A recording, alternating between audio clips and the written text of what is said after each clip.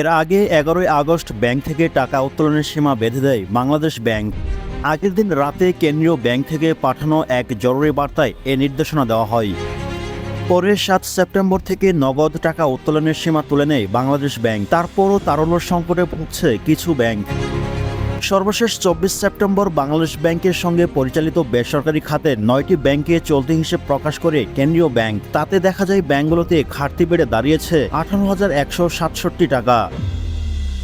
এসব ব্যাংকের মধ্যে ছিল ফার্স্ট সিকিউরিটি ইসলামী ব্যাংক, সোশ্যাল ইসলামী ব্যাংক, ন্যাশনাল ইউনিয়ন ইসলামী ব্যাংক বাংলাদেশ, বাংলাদেশ কমার্স এবং পদ্ম, এক্সিম ও আইসিবি ইসলামী ব্যাংক। সংকটে পড়া এসব ব্যাংক ঘুরে দাঁড়াতে প্রায় 29,000 কোটি টাকা তারল্য সহায়তা চায়। এর মধ্যে ইসলামী ব্যাংক 5,000 কোটি, সোশ্যাল ইসলামী ব্যাংক 2,000 কোটি আর ফার্স্ট সিকিউরিটি ইসলামী ব্যাংক 7,900 কোটি। আর ইউনিয়ন ব্যাংক 1,500 কোটি এবং গ্লোবাল ইসলামী ব্যাংক 3,500 কোটি, ন্যাশনাল ব্যাংক 5,000 কোটি ও এক্সিম ব্যাংক 4,000 কোটি টাকা চান।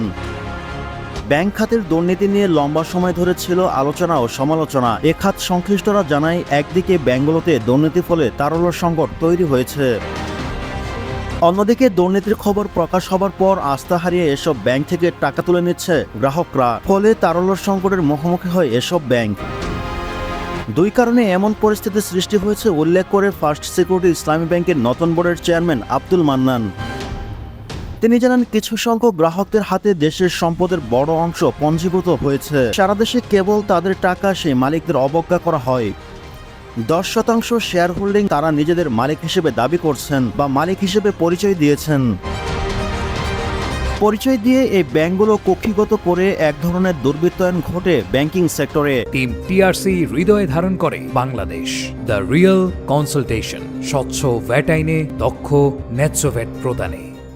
তারল্য সংকটে পড়ে সরকারের কাছে সহায়তা চাওয়ায় ব্যাংকগুলোর একটি ন্যাশনাল ব্যাংক। ব্যাংকটির পরিচালক আব্দুল আওয়াল মিন্টু বলেন, গত 10 বছর বাংলাদেশের অনেক ব্যাংকগুলো থেকে অনিয়ম করে অনেকগুলো লোন দেওয়া হয়, যেগুলো ফেরত আসছেই না। অনেকে টাকা পাচার করে ফেলছে, তারাও দেশে নেই। এছাড়া পত্রপত্রিকায় সবল দুর্বল ব্যাংক নিয়ে নানা খবর প্রকাশিত হওয়ায় প্রভাব পড়েছে বলে মন্তব্য করেন তিনি বলেন, এসব খবরের কারণে যারা টাকা রাখেন তাদের ভিতরে আস্থার সংকট তৈরি হয়েছে।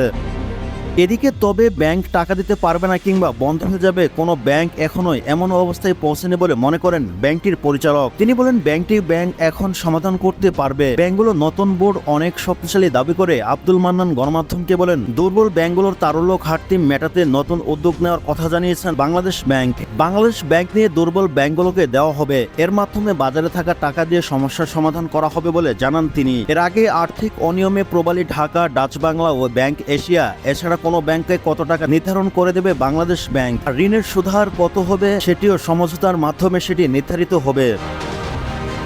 এরই মধ্যে তারল্য সহায়তা পেতে ন্যাশনাল, সোশ্যাল ইসলামী, ফার্স্ট সিকিউরিটি ইসলামী ব্যাংক এবং ইউনিয়ন ও গ্লোবাল ইসলামী ব্যাংক, এই 5টি ব্যাংক বাংলাদেশ ব্যাংকের সঙ্গে চুক্তি করে।